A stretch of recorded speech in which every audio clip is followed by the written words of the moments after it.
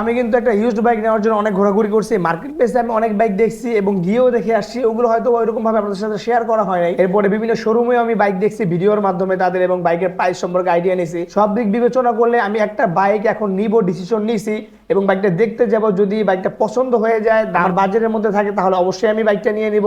So চলুন আগে বাইকটা গিয়ে দেখি। লাল রঙের এই বাইকটা, আর উনি সরাসরি উপস্থিত নাই, এখন আছে যশোর ক্যান্টনমেন্টে। এই কারণে ওনার বাবার কাছ থেকে বাইকটা নিয়ে নিলাম আমি। তো নতুন ককপিট কিন্তু আপনারা দেখতে পাচ্ছেন, নিয়ে নিচ্ছি হচ্ছে অ্যাপাচি RTR 4B। এখন থেকে কিন্তু আমিও হয়ে গেলাম ছাপরি। গাড়িটা নিয়ে মাত্রই বের হয়েছি, গাড়িতে একটু তেল নাই ভাই। এখন আসি ভয়ে যে সামনে গিয়ে যদি বন্ধ হয়ে যায় তাহলে দেখা যায় ঠেলা লাগবে ভাই। সো এই কারণে কিন্তু সামনে ওনার বাবা বললো সামনে একটা ব্রিজ আছে, ওই ব্রিজের পরে নাকি বলে খোলা তেল বিক্রি করে। সো ওইখান থেকে যদি পারি তাহলে অকটেন একটু নিয়ে নিব, 1 লিটার মতো নিয়ে নিব, শুধুমাত্র পাম্প পর্যন্ত যাওয়ার জন্য। দেখা যায় পাম্প পর্যন্ত যেয়ে তারপরে আবার পাম্প থেকে একবারে টাঙ্কিটা লোড করে নিব। বাট সমস্যা যেটা হয়েছে সেটা হচ্ছে ওই পর্যন্ত যাইতে পারে কিনা, সেটা হচ্ছে বড় কথা। প্রচুর পরিমাণে এক্সাইটমেন্ট কাজ করতেছে। আর অ্যাপাচি 4B বাইকটা, যেহেতু আমি এর আগে সুজুকিতে ছিলাম, সুজুকির বাইক চালাইছি, তো সুজুকির বাইকের ব্রেকিং, কন্ট্রোলিং সবকিছু আমার হাতে ছিল। বাট এই বাইকটা আমার হাতে আসতে একটু সময় লাগবে, কারণ এটার সিটিং পজিশনও আলাদা। ওই বাইকের সাথে এই বাইকের কোনো সম্পর্কই নাই। ওই হিসাব করলে দেখা যায় আমার বাইকটা আমার হাতে আসলে একটু সময় লাগবে, একটু অবশ্যই সময় লাগবে। তো আস্তে ধীরে রাইড করার ট্রাই করবো, কারণ যেহেতু এখন আমি 4B নতুন, আর 4B তো ছাপরি বাইক, পাগলামি করার মতো বাইক। এটা তো আমি নিজেও আমার একটা ভিডিওতে বলছিলাম ভাই, ওই ভিডিওতে আমাকে অনেক পচাইছিল মানুষ। অবশেষে কিন্তু আমিও 4B নিয়ে নিলাম, আমিও ছাপরি হয়ে গেলাম। তো এখানে বলে খোলা তেল বিক্রি করে, দেখি তো ওই রোড দিয়ে যাব। ও ওই বাথলে গেলে পরে পাম্পের থেকে বলে নেব একবারে।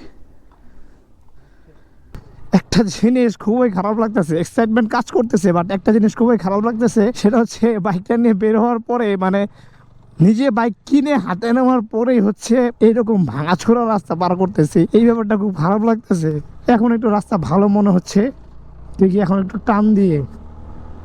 ওরে ভাই, 4B নিয়ে মানুষ ছাপটাবি কেন করবো না রে ভাই, টান রে ভাই, মোরাম দিলে দুধ দেয় গাড়ি। আসলে 4B নিয়ে অনেক কথা বলছি আমি, অনেক বাজে কমেন্ট করছি, অনেক বাজে মন্তব্য করছি আমার ভিডিওতে। আসলে ছাপড়ি বলতে কি, এরকম বেশি টর্কের একটা গাড়ি যখন আপনার হাতে আসবে তখন আপনি এটাকে একটু মোড়ামুড়ি করবেন, এটাই কিন্তু স্বাভাবিক। তো ওই দিক থেকে বলতে গেলে এটাকে ছাপটামি বলা যায় না। গাড়িতে একটু পাওয়ার বেশি থাকলে তো আপনি অবশ্যই টান দিবেন, এটাই স্বাভাবিক। সো উঠে গেলাম কিন্তু হাইওয়েতে, বাইক নিয়ে প্রথম বাইকটা নিয়ে হাইওয়েতে রাইড করতে পারি, আসলে ভালো লাগতেছে। টান দিয়ে বাইকের অবস্থা বোঝা যাইতেছে, এই জিনিসটা খুব ভালো হয়েছে। বাইকের খুঁটিনাটি প্রবলেম এখন এই ফেস করবো আমি। ভাই মারাত্মক স্মুথ বাইক চালাই, কারণে কিন্তু মজাটা একটু বেশি। আর এমন একটা রোড, এটা বাজে একটা রোড, এই রোডের মধ্যে বাসগুলো যে উল্টাপাল্টা ড্রাইভ করে, সো এই কারণে কিন্তু একটু আস্তে ধীরে চালাইতে হবে। কারণ যেহেতু আমি 4B বাইক এর আগে চালাই নাই, চালাইছি বলতে ওই রকম লং টাইম চালাই নাই, অল্প কিছু দূর চালাইছি। সো এই কারণে 4B সম্পর্কে আমার আইডিয়াটা একটু কম, কন্ট্রোলিং, ব্রেকিং সবকিছু মিলিয়ে। সো এই কারণে কিন্তু একটু আস্তে ধীরে রাইড করে যাওয়ার চেষ্টা করবো। আর সামনে আমার যে কোনো একটা পাম্প থেকে ফুয়েল নিতে হবে, সো এই ব্যাপারটা মাথায় রাখতে হবে। আজকে হচ্ছে ফ্রাইডে, শুক্রবারের দিন, শুভ একটা দিনে কিন্তু বাইকটা নিলাম। এমন একটা দিনে বাইক নিতে পারি, আসলে ভালো লাগতেছে। ও ফুয়েল পাম্পে তেল নিতে, খোলা তেল তো ভরছিলাম ওইখানে 1 লিটার, বাট খোলা তেল তো ইউজ করা যাবে না। সো এই কারণে কিন্তু পাম্প থেকে তেল নেওয়া খুব প্রয়োজন। অবস্থা দেখছেন, হোলার টোলার লাগায় 1000 ভাই, 1000-এ কত লিটার আসে? 7.94, 8 লিটার পুরো হয় না। রাত্রে গাড়ি রেখে দিব, আর কি করবো।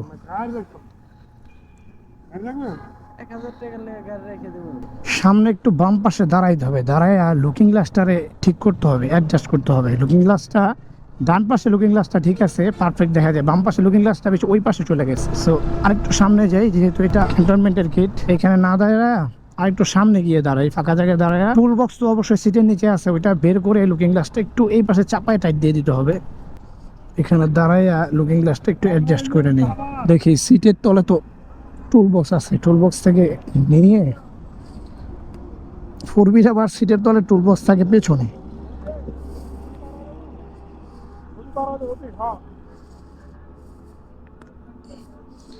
বড়টা দিয়ে নেবে, এটা 14 নম্বর ডালি।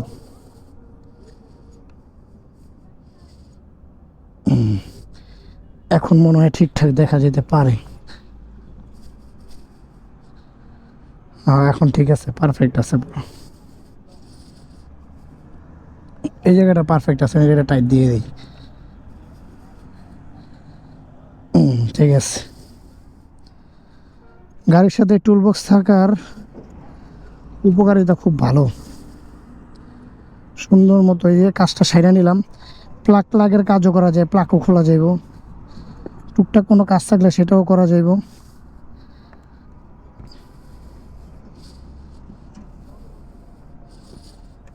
সার্জেনেরও ভয় নাই, কোনো কিছুর ভয় নাই, শুধু টান হবে টান। বাট ওই রকম টান আমি জিতেছি না, কারণ গাড়িটা এখন আমার হাতে পুরোপুরি আসে নাই। গাড়িটা হাতে আসার পরে গাড়িটা টান দিতে পারবো। এখনও টান দেওয়া যায়, টান দেওয়ার মতো রোড, বাট যেহেতু 4B এর আগে চালাই নাই, সো একটু হাতে আসুক তারপরে টানাটানি করব, কারণ 4B সম্পর্কে রেকর্ড এমনিতেই খারাপ। বাট এই রোডটা আসলে তো একটু টান দেওয়া যায়, যেহেতু সুন্দর একটা রোড, অনেক ওয়াইড, যদিও অনেক বিজি একটা রাস্তা এটা। সো একটা ব্রেক নিয়েছি এখানে, এটা হচ্ছে নদী, বুড়িগঙ্গা নদীর একটা শাখা হইব না নাকি ভাই? বুড়িগঙ্গা নদীর একটা শাখা হইব এটা। আর ওইদিকে দেখা যায় যে যেমন গাজর, মানে গাজর ওখানে ধুইতেছে, ধুয়ে এগুলো বাজারজাত করার জন্য বস্তায় ভরতেছে। তো এই পরিবেশটা দেখে ভালো লাগলো, এই কারণে কিন্তু এখানে দাঁড়াইলাম একটু তুলবো। নৌকাগুলো দৃশ্যটা এখান থেকে যা লাগতেছে না, অস্থির লাগতেছে, অস্থির। ফাইনালি চলে আসছি খোলামোড়া ঘাট, নদীর এই পার। এখন আমার নদী পার হইতে হবে কোনো ব্রিজ দিয়ে না, নদী পার হইতে হবে আমার নৌকা দিয়ে।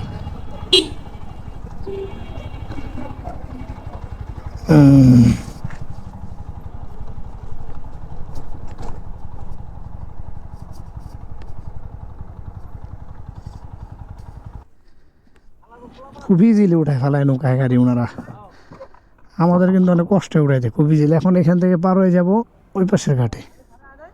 সো অবশেষে কিন্তু আমি হয়ে গেলাম আপনাদের অনেকের মতো ছাত্রী রাইডার। 4B নিয়ে অনেক কথাবার্তা আপনাদের সাথে হবে, 4B কীরকম পাচ্ছি, কীরকম সার্ভিস পাচ্ছি, সেই সম্পর্কে আপনাদের সাথে আমি আলোচনা করব। হোপ রাখতেছি ভিডিওটা আপনাদের ভালো লাগবে। যদি ভিডিওতে কোনো কিছু ভালো লেগে থাকে তাহলে অবশ্যই একটা লাইক দিয়ে দিবেন। আমার ফেসবুক পেজে যারা যারা নতুন তারা ফলো করবেন, ইউটিউব চ্যানেলে যারা যারা নতুন তারা সাবস্ক্রাইব করবেন।